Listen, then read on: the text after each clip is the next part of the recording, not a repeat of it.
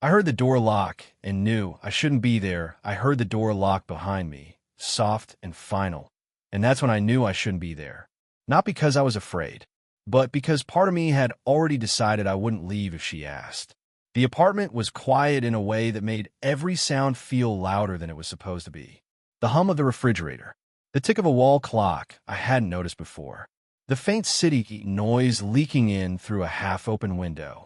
Late afternoon light stretched across the floor, catching dust in the air, turning it golden. It felt like a pause in the world, like we were standing inside a moment that didn't know what it was yet.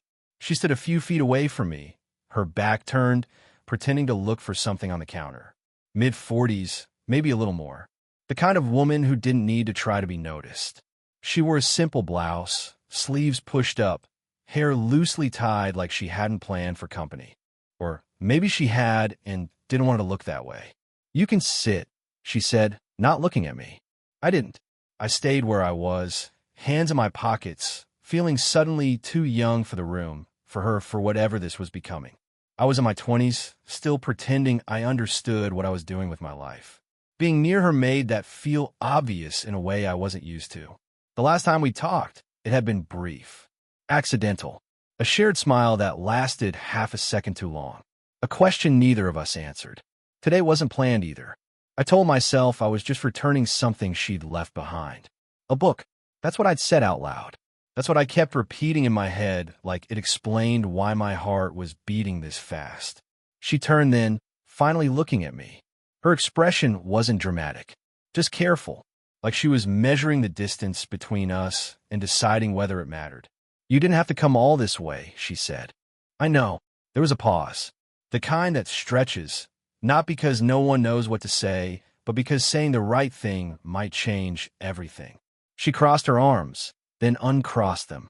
I noticed the small things, how her fingers tightened briefly, how she shifted her weight like she was grounding herself. I handed her the book. Our fingers brushed. It wasn't electricity. It was worse. It was warmth. Familiar, almost, like something that had been waiting. "Thanks," she said quietly. She didn't move away. Neither did I. I wanted to say something honest. Something simple. Instead, I talked too much. About traffic. About how I almost missed my bus. About nothing. She listened, nodding, smiling in a way that felt like patience mixed with something else. When I finally stopped, the silence rushed back in, thicker than before. "You shouldn't stay long," she said gently. "Okay." I didn't move. Her eyes searched my face, and for a second, I thought she might laugh, or tell me to leave, or tell me she made a mistake letting me in. Instead, she stepped closer, close enough that I could smell her perfume. Soft, not trying to impress anyone. "This isn't simple," she said. "I know," I replied, even though I didn't. "Not really." Another pause. Longer this time. The kind where you can feel the future leaning in. Somewhere in the apartment, a phone vibrated on the counter. We both looked toward the sound, then back at each other. She didn't reach for it. The doorbell rang, and neither of us looked away. The doorbell rang again, sharper this time, like it had lost patience. She finally moved, but not toward the door. She picked up her phone, glanced at the screen, then turned it face down without saying anything. That small decision felt heavier than it should have, like something had just been chosen without either of us admitting it. "It's probably nothing," she said, though her voice didn't sound sure. I nodded, even though my chest felt tight. I knew it wasn't nothing. Nothing doesn't interrupt moments like this. She walked past me toward the window instead, pulling the curtain back just enough to look outside. I watched her from behind, the way her shoulders stiffened, the way she exhaled slowly, like she was letting go of a thought she didn't want. "You okay?"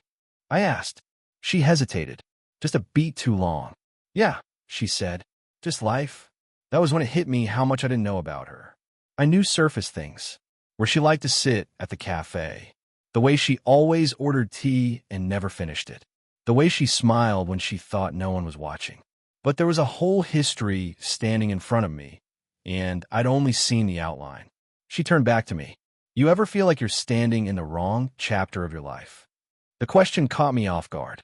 I laughed softly, then stopped when I realized she wasn't joking. "All the time," I said. Feels like everyone else got a map. I'm just guessing. She smiled at that. Not amused.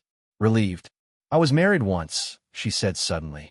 The words landed gently, but they changed the air. I didn't interrupt. I didn't move. Long time ago, she continued.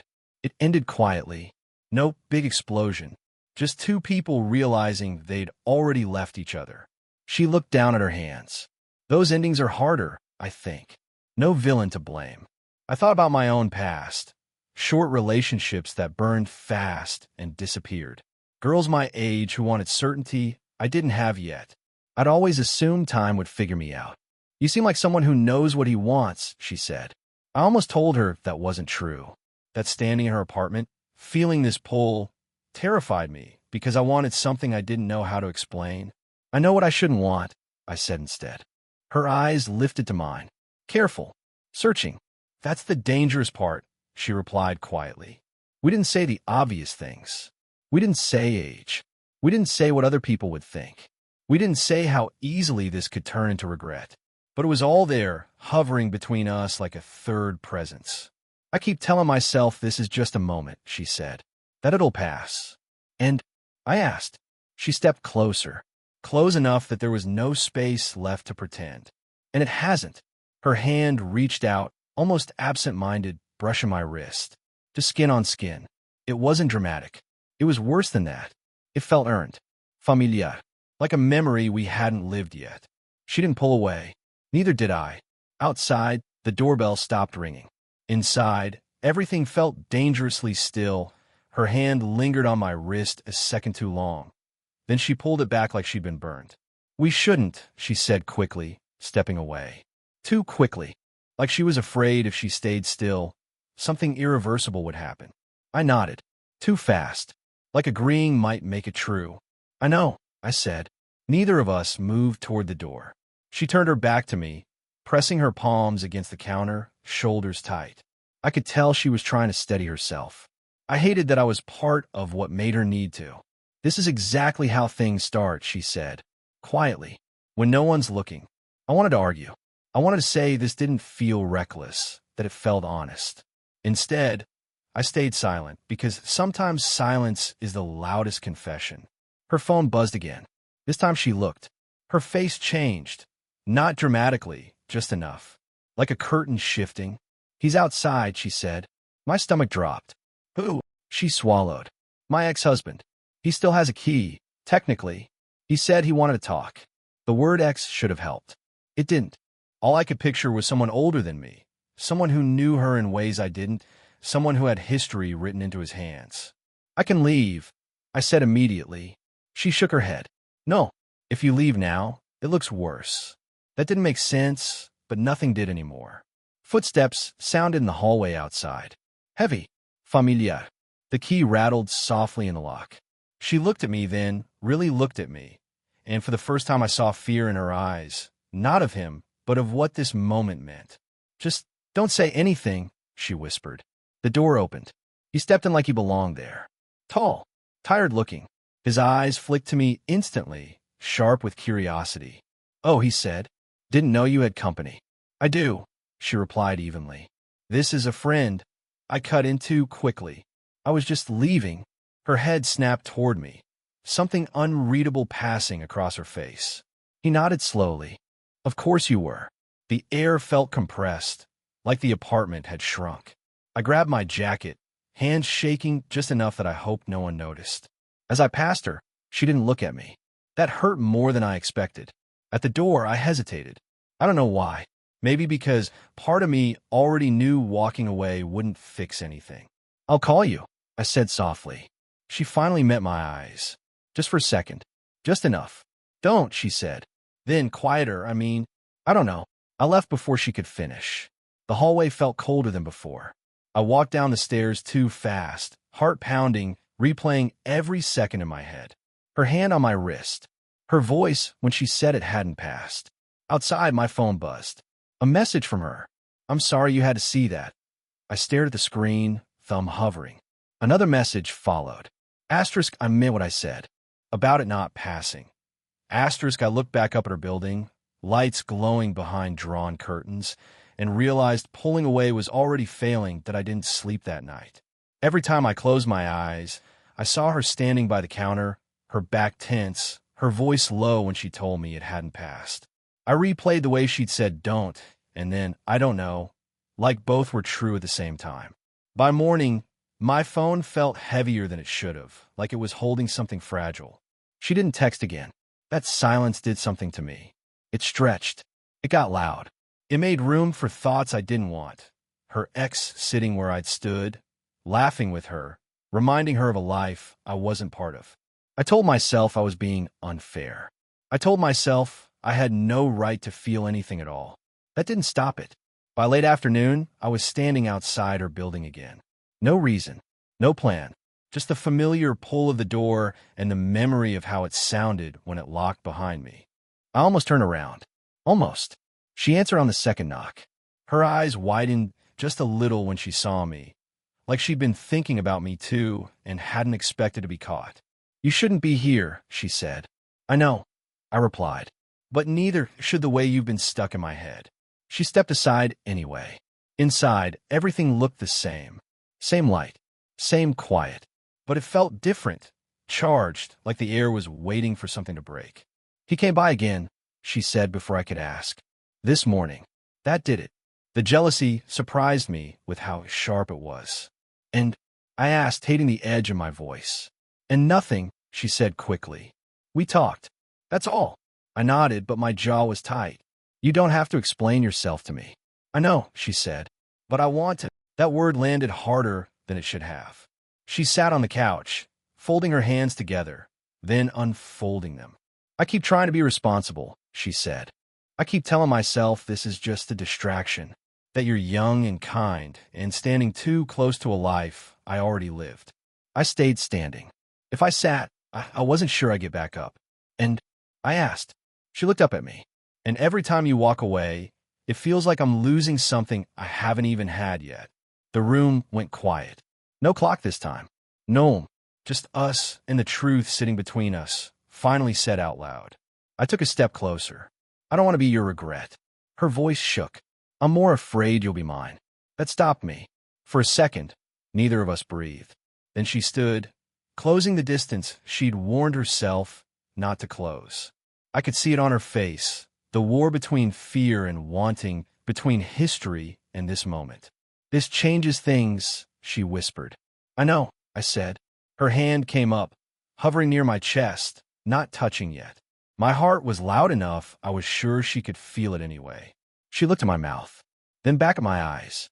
"If we do this," she said softly, "there's no pretending after." I leaned in just enough to feel her breath. "Then don't pretend," I said, and she didn't pull away. Her phone rang. Not buzzed. Not vibrated quietly on the counter. Hung. The sound cut through the space between us like a blade. She froze first. Her hand dropped from my chest before it ever made contact. I stepped back instinctively, like we'd been caught doing something we hadn't even done yet. She glanced at the screen, and all the color drained from her face. "It's my daughter," she said. That word landed harder than anything else had so far. She answered quickly, turning away, lowering her voice. I didn't mean to listen. I could not. "Yes. I know, no. I didn't think you'd come today." A pause. My chest tightened. "Who told you that?" she asked. Another pause. Longer. Her shoulders slumped just slightly, like something had finally caught up to her. She turned back toward me, still on the call, eyes flicking to my face with something dangerously close to panic. "Okay," she said softly. "Okay. I'll talk to him." She ended the call and stood there, phone still in her hand, like she wasn't sure what to do with it anymore. "What happened?" I asked. She didn't answer right away. She walked past me, toward the window, pressing her forehead lightly against the glass.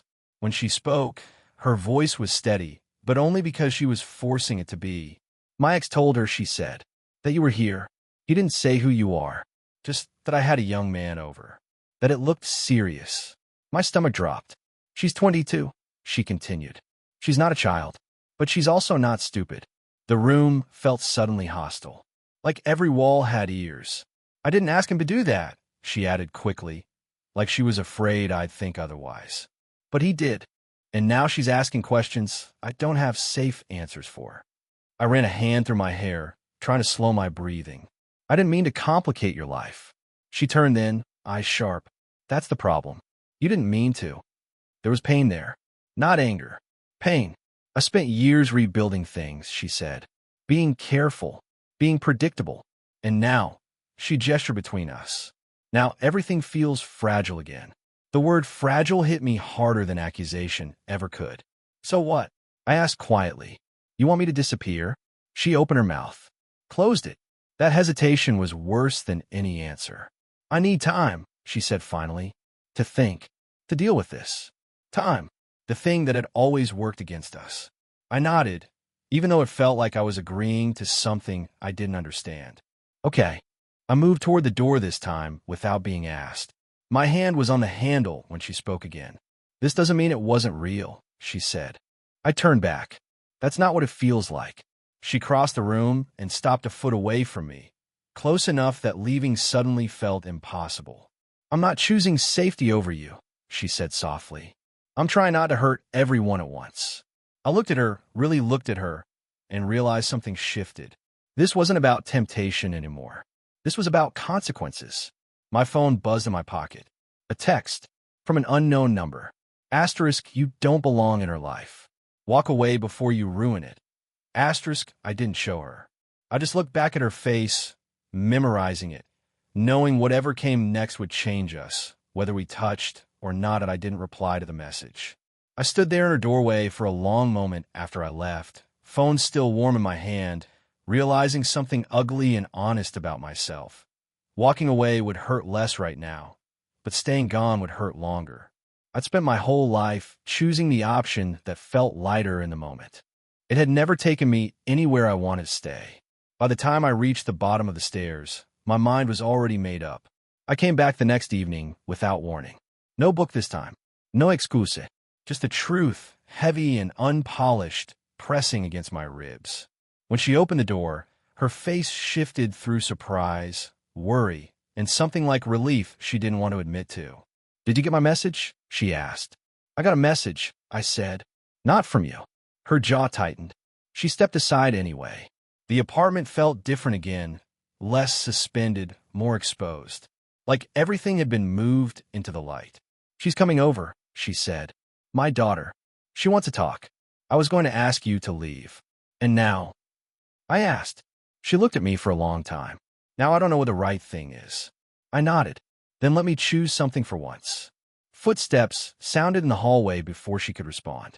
The knock was soft. Familiar. My heart tried to climb out of my chest. Her daughter looked like her in a way that made my throat tighten. Not just in features, but in posture, in the way she assessed a room before entering it. Her eyes went straight to me. So she said, You're him. No one corrected her. We sat. All three of us. The silence was unbearable, then necessary. Her daughter spoke first, voice steady but not unkind. I don't care about your age, she said to me. I care about whether you're a secret. I swallowed. I don't want to be. Her mother closed her eyes briefly, then opened them with something resolved behind them. I didn't plan this, she said. I didn't go looking for it, but I won't lie about it either. Her daughter studied her, then me. Are you afraid? She asked her mother. Yes, she said immediately. But not of him. That was it. The line she crossed on purpose. Her daughter exhaled, sharp and shaky. Then don't make me the excuse, she said. Just be honest. When she left, the apartment felt hollow and full at the same time, like something fragile had survived being handled. We stood near the door, not touching yet. I don't know what happens next, she said. I don't either, I admitted. But I know I don't want to keep choosing silence. She stepped closer.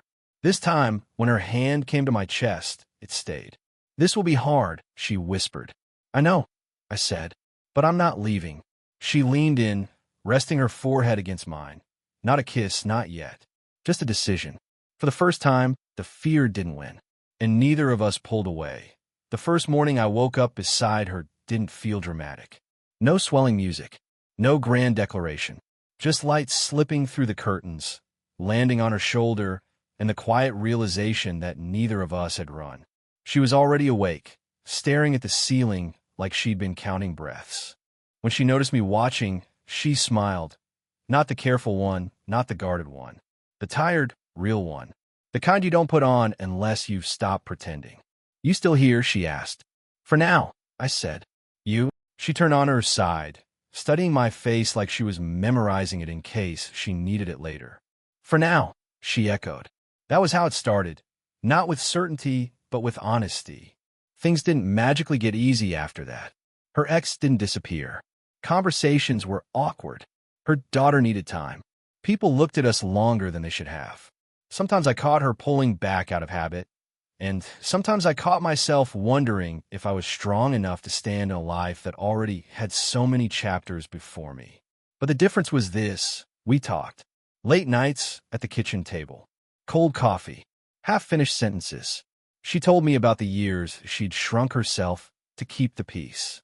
I told her about how lost I'd felt pretending I wasn't hungry for something real. We didn't fix each other. We just stopped lying about where it hurt. One evening, weeks later, we stood in that same doorway where it all almost ended. She rested her hand against the lock, thumb tracing the edge absent-mindedly. "You know," she said, "I used to think love was supposed to arrive calmly, like relief. And now?" I asked. She looked at me. "Now I think it's supposed to ask something of you. Sometimes that something was patience. Sometimes courage. Sometimes choosing each other on days when fear was louder than hope." The age gap didn't disappear. It stopped being the point. What mattered was that she saw me, not as a phase, not as a mistake, not as a rebellion against her past. And I saw her, not as an idea, not as a fantasy, not as someone already gone. We were two adults standing in the present, aware of the cost, still reaching. The night she finally kissed me, really kissed me, it wasn't rushed. It felt like permission we'd both earned. Her hands were steady. Mine weren't. She laughed softly against my mouth, and I realized how far we'd come from that first locked door. I heard the lock that day.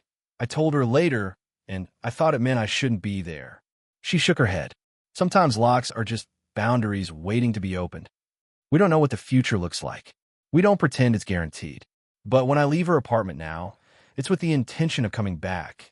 Not sneaking, not hiding, not wondering if I'm a mistake. Just walking away knowing I'm chosen. And maybe that's the real beginning. So I'll ask you this. Have you ever stayed when it would have been easier to leave? Have you ever chosen something complicated because it felt true? And if love asked something of you today, would you answer?